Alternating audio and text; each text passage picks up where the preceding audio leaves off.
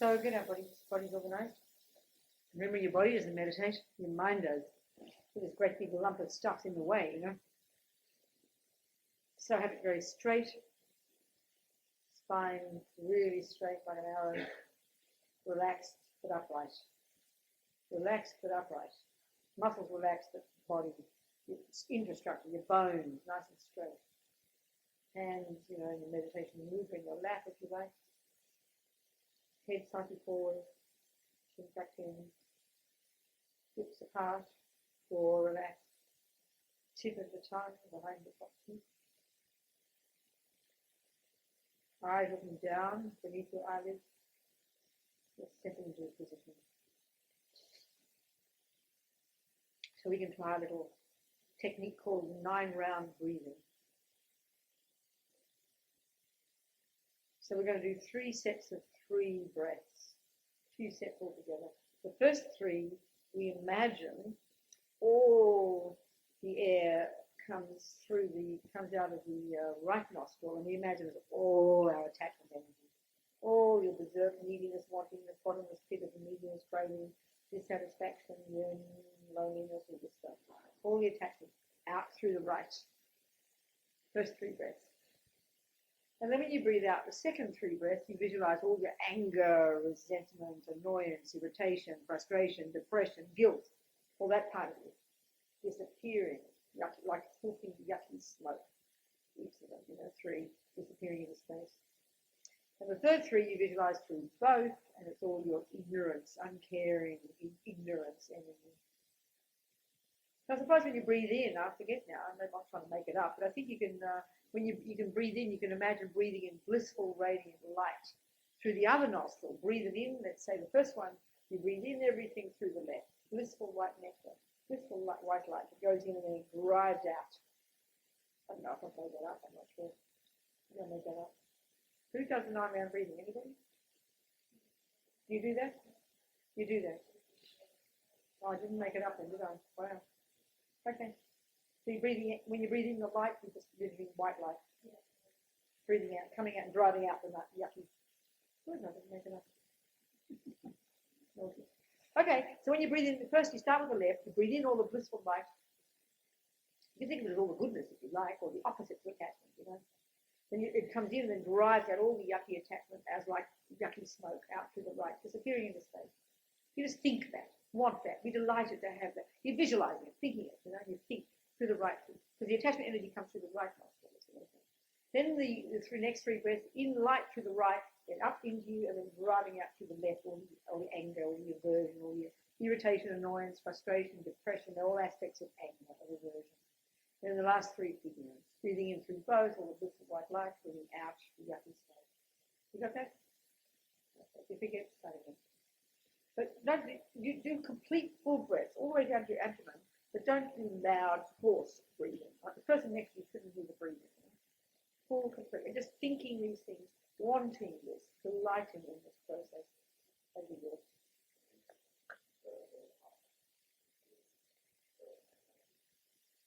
Out through the right nostril. Light coming in through the left first. Breathe in, blissful light out through the left, then out through the right, all the attachment. And in through the right, out through the left, all the anger. Then in through both and out, ignorance. Ignorance. Ignorance. So you see, there's ignorance, the root delusion, ignorance, the root of them all, the mother, the one that clings to the self.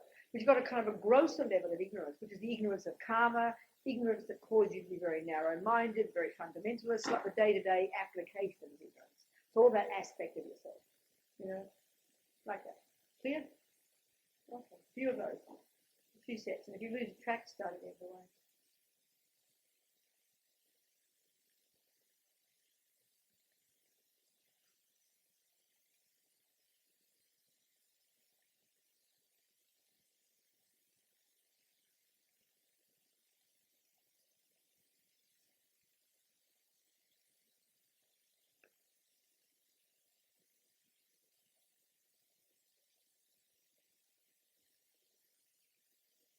Don't forget to have not strong breath. Shouldn't hear it.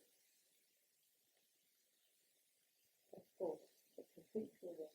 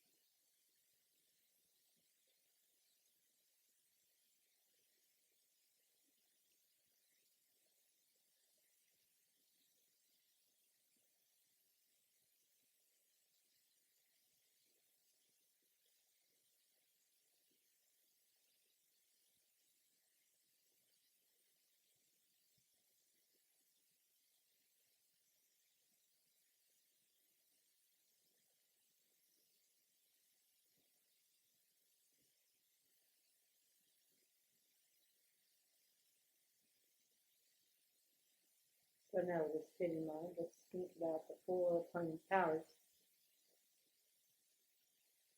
It's a thriving. Let's use some therapy in our minds, change our thoughts. What we're trying to do. The first series of thoughts we're going to have is, I call regrets. We're going to acknowledge things we've done with our body and speech that have harmed others. The things that have, been based on our attachment, our anger, our hurt, our resentment, our jealousy. This is what causes us, isn't it? Doing harmful things. So we're going to acknowledge some of these. So we'll think of it list easy enough, the killing, sexual misconduct, taking things. This is 3 of the body. And maybe we can include things there like harming with our bodies, punching, kicking, hurting, whatever. What we've done with our body, basically. And just think of this life. Think of certain things in this life. Killing in particular, probably. Maybe abortion, maybe creatures, fish, or insects, the rodents, the mosquitoes, and we've done some killing, most of us. So we think, I regret this. Why? Because I don't want the suffering consequences to come from these seeds that I necessarily planted on my mind by having done that. Because everything I think and do and say necessarily programs. Necessarily. So harming others from aversion or attachment, it's kind of heavy duty. It's a heavy duty imprint in the mind. I don't want it to ripen as future suffering as lower rebirths. I don't want it to ripen as that happened to me. I don't want to have environmental results. Food, being not nourishing, not an unhealthy body. I don't want to have the tendency to keep doing it, getting into more mess. It's clear I don't want this.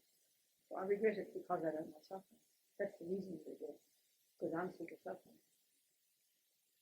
The killing I've done in this life, killing I remember, killing I don't remember. And of course, all the countless killings of past lives, if that makes sense to us. If our mind is beginning it, and it follows we've had countless lives, and it follows an awful lot of them we've had physical bodies like especially animals. So we literally spend our lives killing trillions of countless that haven't yet ripened with my suffering. So I absolutely regret any of this harm I've ever done, transcendental things with my body, because I'm sick of suffering and I do not want those seeds to ripen with my suffering. Because I'm the boss. My experiences come from my actions. No way do I want that suffering. I'm sick of it. The depths of my heart, I regret all that time I've done.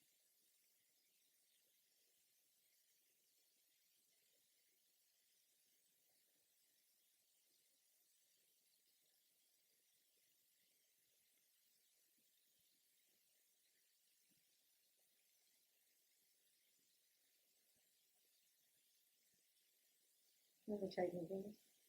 Maybe we did that, usually based on attachment, neediness, taking things that aren't given, taking the ungiven, as long as I don't fulfill it. I regret all this. I don't want to be poor. I don't want to be stolen from. I don't want to have my debts not repaid. I don't want to not be able to get credit when I need it. All these are the consequences of stealing. I don't want that. I don't want to live in a poor country. I don't want to have poverty. I don't want to have an environment that doesn't, bear decent fruits and things.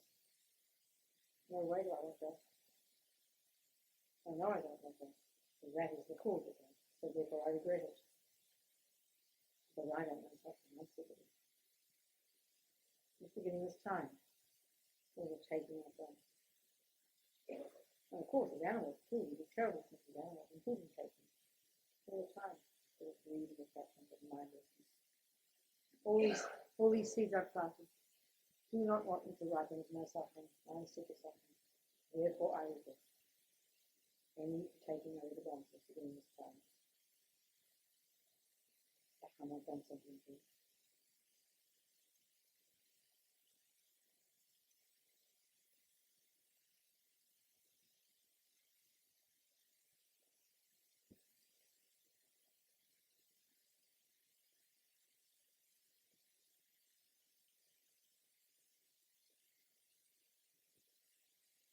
And then sexual misconduct, maybe not in this life, we mightn't run around raping too many people, but certainly in past lives, and certainly as animals. Terrible harm to each other. Brutal.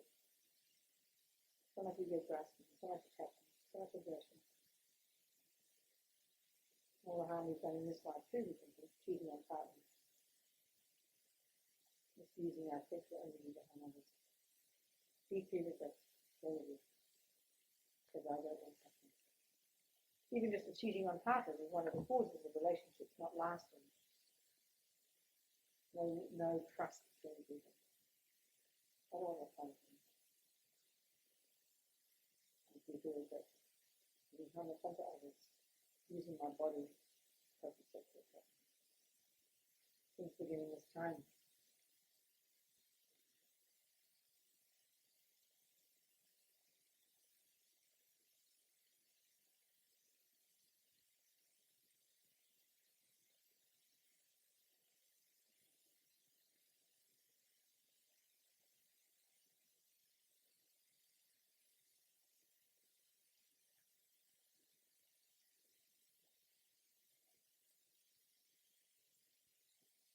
And our speech, rabbiting on about nothing, all this uncontrolled, just attachment-driven, anxious talking. I don't want the consequences of this, which is for people not to pay attention to my words, to think I have no benefit, that my words are useless. I don't want that. I don't want to have an awful environment where nothing grows properly. I don't want to have the habit to rabbit on.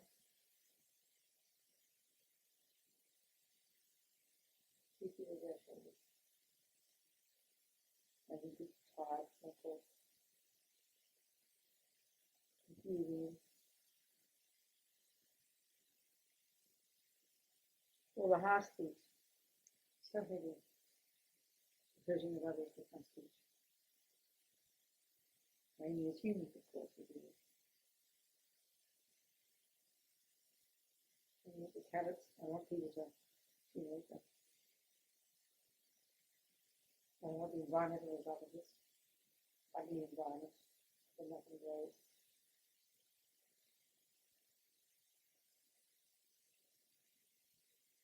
Speaking of people about just creating disharmony, talking about people behind their backs.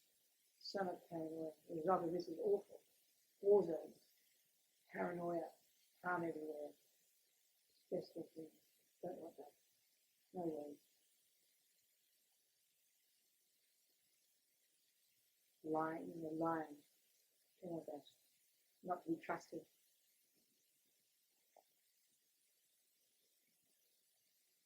I regret all the time I've ever done since the beginning of this time with my speech, with that part of my energy. Harming sexual things.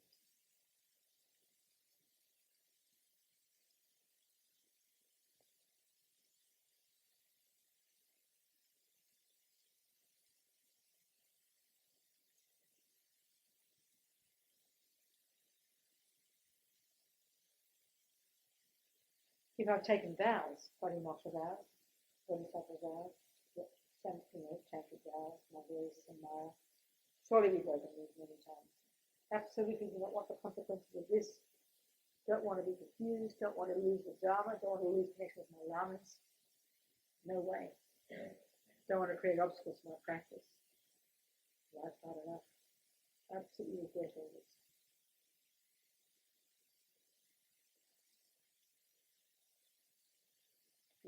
All the delusions, the neuroses that motivate my actions, but which just themselves cause me so much pain.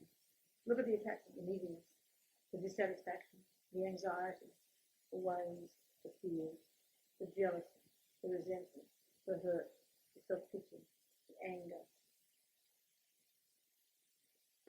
All these thoughts endlessly chatting away. So much pain, so severe. Exhausted. I regret all this from the depth of my heart.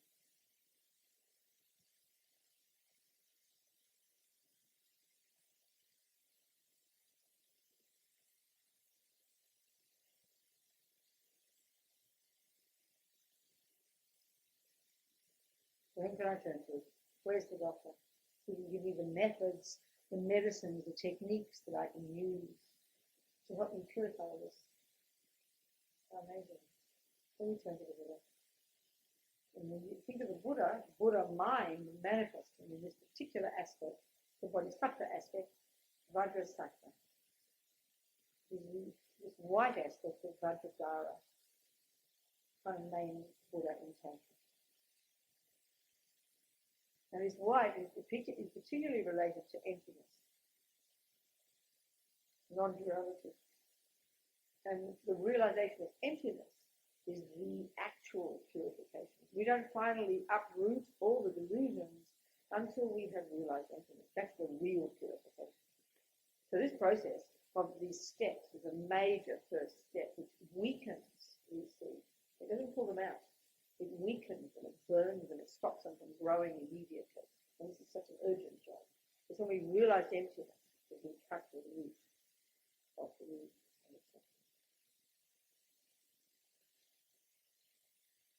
Why Bodhisattva is so powerful. So we visualize above our head the Bodhisattva aspect. Radiant white light, so blissful. Bodhisattva style, very gorgeous Indian royal style. Kind of like, silken clothes, often kind of half naked you see in this picture. Shawls, rubby shawls, silken things. He's sitting full lotus position with his right leg in front of his left. He's decorated beautifully with all his silken clothes and with jewels on his feet, ankles, wrists, arms, throat, ears. His hair is partly held up on the top knot, and that's kind of decorated beautifully. The rest of his hair is down his back, crystal clear, each hair. He's made of light. He's beautiful. He's like in the prime of his youth. They say all the Buddhas in this aspect are in the prime of their youth, about 16. Totally gorgeous, beautiful, handsome. Make you blissful just to see him. That's the idea. Energize the mind.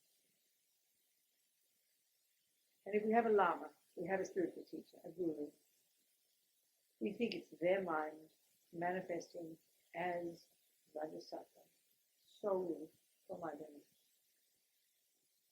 We think guru, we think Buddha. When we think Buddha, we think guru.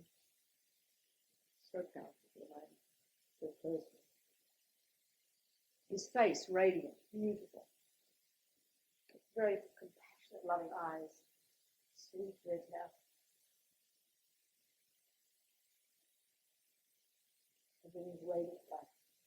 His left hand holding a bell in his lap, which represents wisdom. His right hand holding a vajra at his heart, which represents compassion. Also in Tantra, it's said to represent bliss. They talk about the union of the two truths. So we can say wisdom and compassion, or we can say wisdom of the two, this non-duality of these two. We can also talk about the union of wisdom, of emptiness, and bliss, which is the way they talk in Tantra.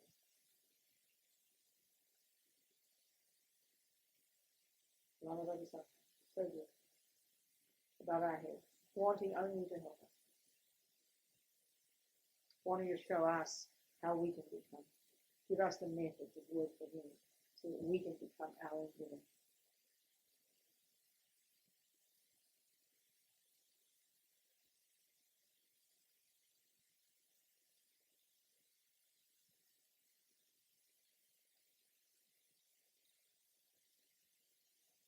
So delighted to have his method. Feel a sense of really being glad to find his doctor. This feeling of happy to rely upon him.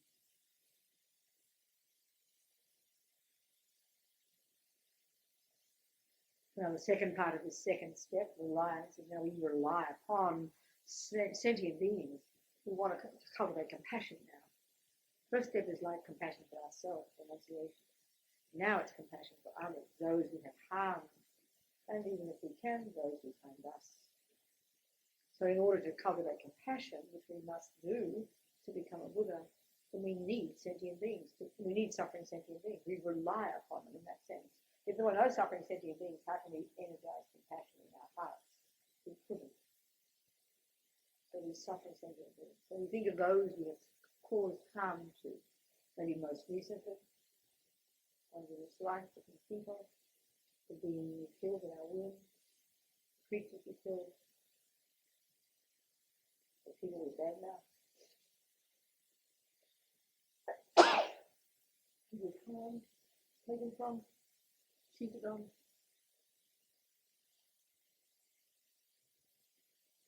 We know what suffering is like, so we know how they feel. We must, no choice, we must now benefit them. So what I'm doing for you, I must purify myself for their sake. If I find my suffering exhausting, then I can understand their suffering and why they're suffering, because of their karma and their delusions as well. I must purify myself for their sake. If I don't help them, who will? I must become a living. I must purify my mind.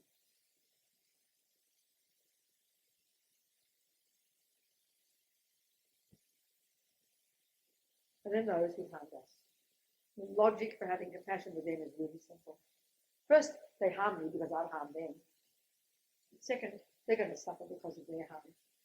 So for this reason, we have compassion for them. I must purify myself for their sake as well. Because out of their ignorance, they can't do it.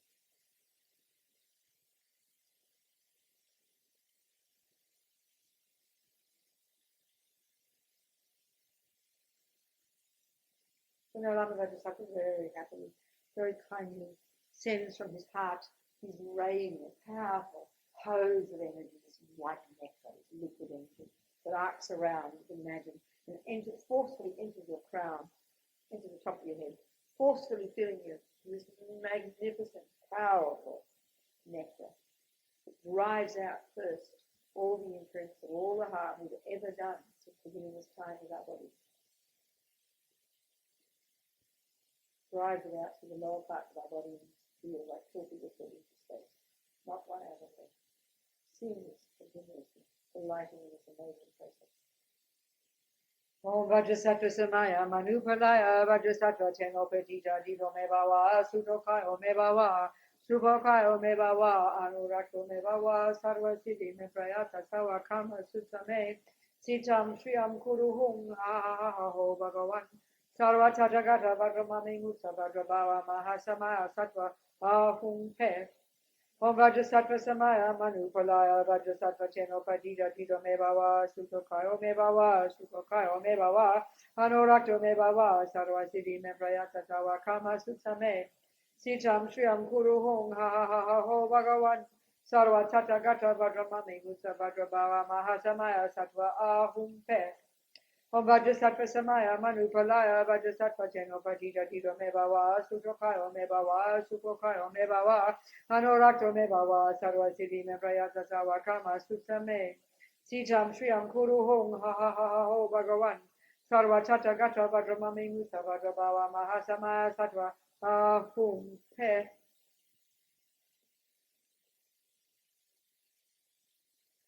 Not one atom left of this negativity of the body. All the imprints gone, completely. Full of this blissfulness. How marvelous.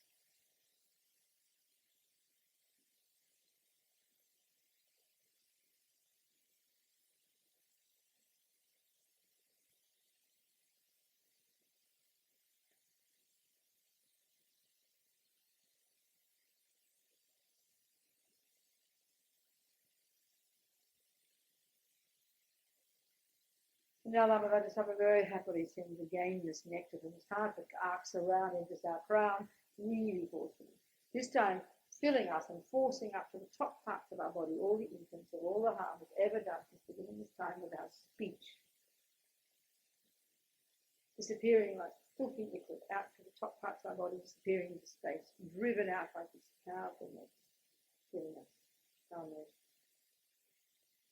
Om Vajrasattva Samaya Manupalaya Vajrasattva Chenopatita Dido Mebawa Sutokai Omebawa Sutokai Omebawa Anurakto Mebawa Sarva Siddhi Meprayata Sawa Kama Sutsame Sitam Shriyam Kuruhum Ho Bhagavan Sarva Tathagata Vajramami Mutsa Vajrabhava Mahasamaya Sattva Ahum Pe Om Vajrasattva Samaya Manupalaya Vajrasattva Chenopatita Dido Mebawa Sutokai Omebawa Subhokai Omebawa Anurakto Mebawa Sarva Siddhi Meprayata Sawa Kama Sutsame Sitam Shriyam Kuru Hum Ha Ha Ha Ha Ho Bhagavan Sarva Tata Gata Vajramami Musa Vajraba Mahasama Sattva Ahum Pe Om Vajrasattva Samaya Manu Pradaya Vajrasattva Teno Padita Dito Me Bhava Sutakayo Me Bhava Supakayo Me Bhava Nurakta Me Bhava Sarva Siddhina Vayata Sawa Kama Sutta Me Sitam Shriyam Kuru Hum Ha Ha Ha Ha Ho Bhagavan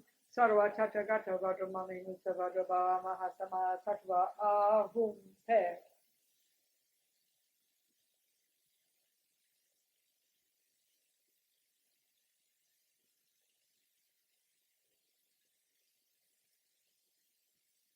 What do I add in there?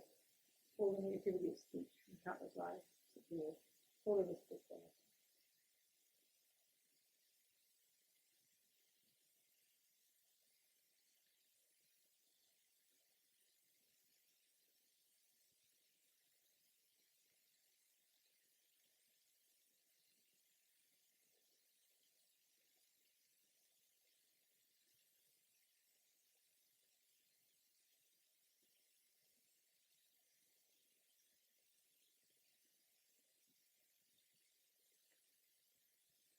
Now Lama Vajrasattva very happily this time sends very powerful beams of light, more subtly. Again from the crown, arcing around, entering your, no, from his heart, arcing around, entering your throat, entering your heart, entering your crown, instantly filling you with this light, instantly dispelling the darkness of your delusions. Just as Lama Yeshe says, if you turn on the light, the darkness is gone. Right there, instantly. The ego grasping, this root delusion, this ignorance, this Maripa, primordial neurosis, the deep ingrained instinctive grasping and belief in this self-existent I and everything else, which is the source of all samsara, which gives rise naturally to this profound attachment to get what that I wants desperately, and then which gives rise in turn to aversion, anger, depression, guilt, when it doesn't get what it wants, which of course is what gives rise to harming others. Look at the world. And then the jealousy and the resentment and the bitterness and the pride and the arrogance and all the other stuff. All the variations of these emotions. All of this instantly gone, driven out by this blissful, radiant, white-light feeling. Om Vajrasattva Samaya Manu Pradaya Vajrasattva Cheno Patita Dido Me Bhava Supakayo Me Bhava Supakayo Me Bhava Anurakto Me Bhava Sarva Siddhina Prayata Sawa Kama Sutta Me Sitam Shriyam Kuruhum Ha Ha Ha Ha Ho Bhagavan Sarva Tata Gata Vajramami Mutta Vajrabhava Mahasama Sattva Ahum Pe Om Vajrasattva Samaya Manu Pradaya Vajrasattva Cheno Patita Dido Me Bhava Supakayo Me Bhava Supakayo Me Bhava Anurakta Me Bhava Sarva Siddhina Prayata Sawa Kama Sutta Me Sitam Shriyam Kuruhum Ha Ha Ha Ha Ho Bhagavan Sarva Tata Gata Vajramami Mutta Vajrabhava Mahasama Sattva Ahum Pe Om Vajrasattva Samaya Manu Pradaya Vajrasattva Cheno Patita Dido Me Bhava Supakayo Me Bhava Supakayo Me Bhava Anurakta Me Bhava Sarva Siddhina Prayata Sawa Kama Sutta Me Sitam Shriyam Kuruhum Ha Ha Ha Ha Ho Bhagavan Sarva Tata Gata Vajramami Mutta Vajrabhava Mahasama Sattva Ahum Pe.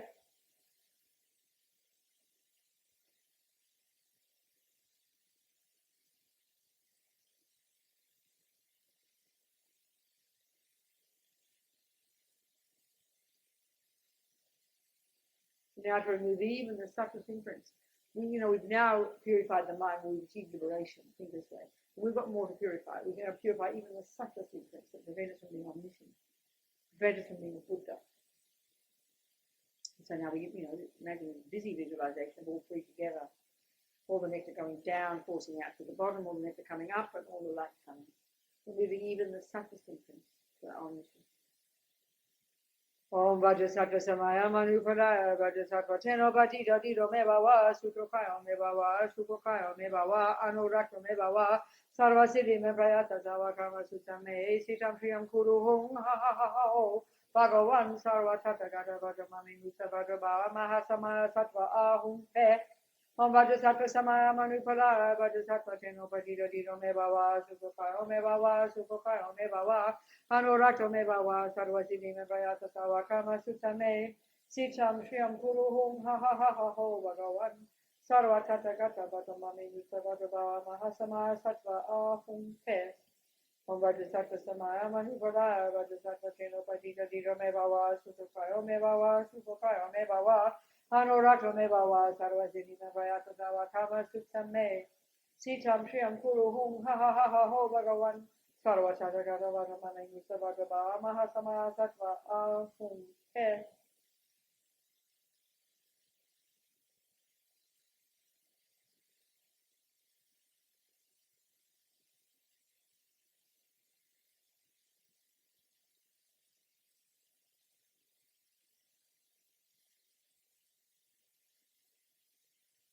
The fourth step is decisions we're going to make that put us in a new direction. And again, you think of ordinary life, this is what happens. You know, you make decisions to do things, and that is the basis of doing things. So simple as the day. We have to be courageous because we're so caught up in believing that I am no good, I'm hopeless, these old habits, how can I change? Hopeless, you know. But we have to start somewhere. We've got to start with the thought. But be realistic. You know? If you're ready to say, if you haven't yet taken the vow not to kill yet, saying you're ready to say, I will never kill, then say it. And then every day you reiterate it, it strengthens that. It digs the groove in your mind ever deeper every day. Which is why we need to do this practice every day. And of course, if you have taken the vow not to kill, not to violence, you reiterate those. Your bodhisattva vows, your tantric vows, you must reiterate those. Speak those out to yourself. I will never break my bodhisattva vows. I will never break my bodhisattva vows. I will never break my tantric vows. You've taken them for life, so you must say this. It's for your own sake. Otherwise you're crazy. You must reiterate every day. That's what gives power and strength to them. Digs the groove deep in the mind. So for those of us who haven't got vows, let's say, we make some decisions. Maybe we're ready to say, I won't kill, won't lie, won't steal, won't this, won't that. You know?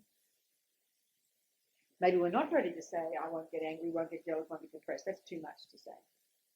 So we give ourselves some timelines on our main rubbish habits, you know. Make some decisions, I will never, or I'll do for a month, or I'll do for a day. Be precise with yourself, truly. This is making really clear decisions. Like, you've got a certain amount to drive. You've got to decide, I'll drive this many kilometers today. I'll do this many jobs today. You've got to be realistic. You know, same here. Realistic. But talk to yourself. Make some decisions. Commitments to yourself.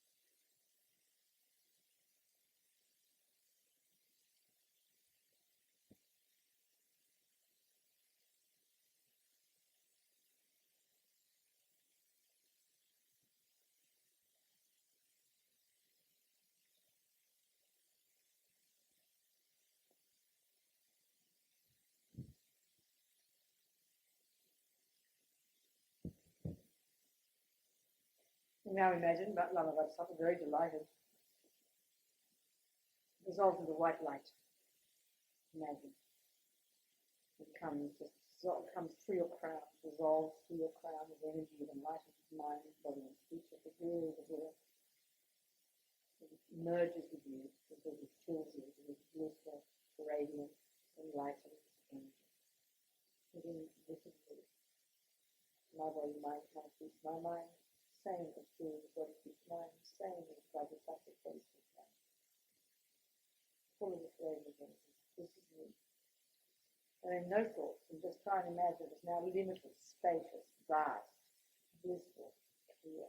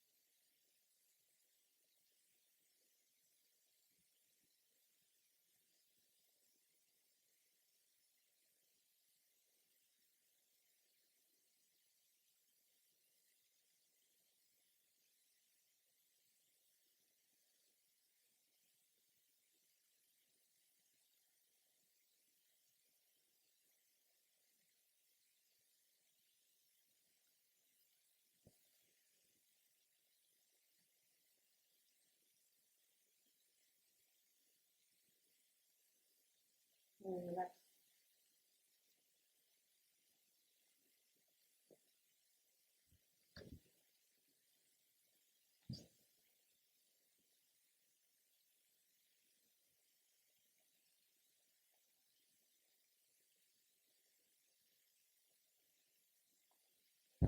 All right, so any questions? Does that kind of make sense? Psychologically speaking, makes sense as a practice. The more we understand that every thought we have counts, every thought's a seed, then it really makes sense to have positive thoughts, doesn't it? It just kind of makes sense, you know. But we have a bit of a delay, of course, between feeling good about it, because you have many positive thoughts that you like, still feel miserable. So it just takes time. You know a seed won't grow overnight. When you have confidence in this process, then you're prepared to wait. It's okay. You've got to sow the seed. You've got to sow the seed. Because what we're experiencing now is the fruit of past fruit. So all we can do is let those fruits finish. Too late. You can't pull them out, The misery's ripen. But you can grow new seed. Grow new one. It's a very reasonable approach if you can think of it this way. Because we're such junkies for nice feelings, we're so caught up in the now. We want it now, So we think of spiritual practice is some magic that will make me feel good now. It might, but it doesn't follow. Actually, as I mentioned, the more you go into your mind, the more you see the horrible stuff, the deeper you go. And so it can be really intense. No question, it will be intense. It should be. If it's not, you're not doing it properly. But we get braver, And it's like I said, my sister Julie went off to the doctor just for a checkup, and they found this melanoma. She hadn't found it that day. Random. They happened to check. There it was. She had no idea she had it. She'd be dead in a month. They found it. So shocking. What a relief. Like winning the lottery, finding this problem, isn't it? So be delighted when you see another level of your own mind. Another level of your own anger, own hurt, own jealousy. Or delight when you're brave. Delight when the bad things happen. It's the dirt coming out. Better now to purify some little miserable, pathetic old thing when you can handle it. That really is the attitude, because if we again understand karma, each moment, a day, isn't it, is made up of, if you counted each moment, there's an awful lot of moments, and you could divide those moments into being an indifferent feeling, a happy feeling, and a sad feeling, a negative feeling, unpleasant feeling, variations of these three. But it seems like sort of they're seamless experiences. So each moment is a fruit. Each moment is a fruit of a seed. So the moment it's an unhappy feeling, a bad thing happening, a person being mean to you, a person stealing, a person leaving you, getting sick, that's the fruit of negativity. So of course it's not very happy, but it's the finishing of it. The fruit is now finished. Every reason to delay. junkies. This is attachment to happy feelings. We're junkies for good feelings, and we judge our life according to whether we have good feelings. We think aren't we lucky? I've got a good life. But the bodhisattvas, they're nervous about having good things happen because they feel like they're using it all up. They'd rather have bad things happen. So if we're skillful, when good things do happen, we can delight in it. But don't sit on our laurels, Be happy, delight. But don't waste it. But it's the fruit, just finished, of a virtuous seed. You better quickly grow more. Like if you keep being so excited about all the lovely veggies in the garden, and you eat them all up, forgetting you've got to grow more seeds, you end up with an empty garden. So be delighted you've got all these veggies, delighted these good things happen. But keep sowing more. When people give you things, keep wanting to remember it's from your past generosity, and be generous again.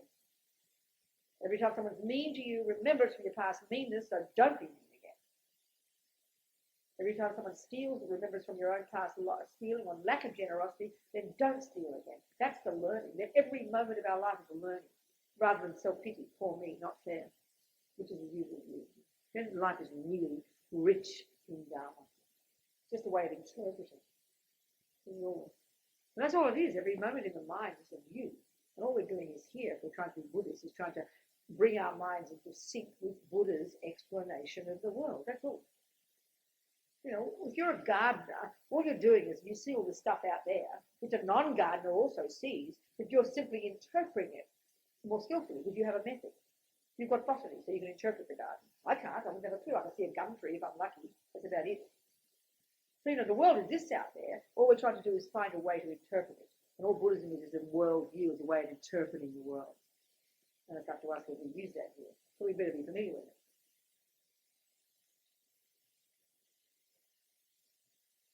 Okay. Dinner time. All right, so think about dinner differently. See dinner differently, not through the filter of attachment. See it through the filter of wisdom. See it as having no inherent nature. The only reason we see carrots, tomatoes, bread, butter, cheese, this, that, and then not to see it as cheese, but there's a whole story behind what cheese is. There's a whole story behind what beans and carrots are because we've made it those things. We've called them those things. We believe they are those things. We expect them to be those things. But they don't have that character. We've given them, inherently, we've given them that character. We've made them that. We call them that. We've seen them as this for a long time. We've empowered them to be this. They don't have this from their own side. They, like everything, are empty of existing independently of the mind and concepts. Nevertheless, they do function to nourish us. The interdependence of this body and those carrots, they work nice and harmoniously together due to virtuous karma.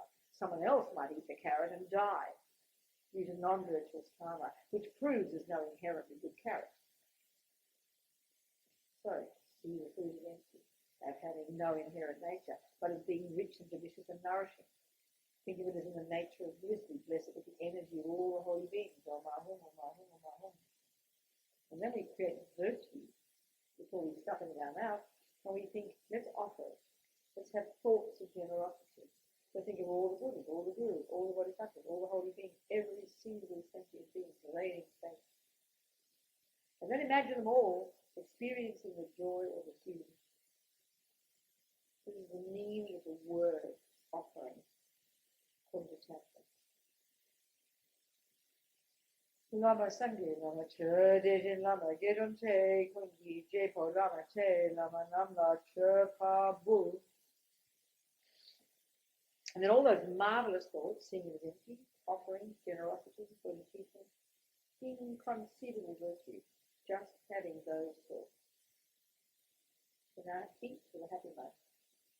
So you get fat and healthy, so you keep practicing.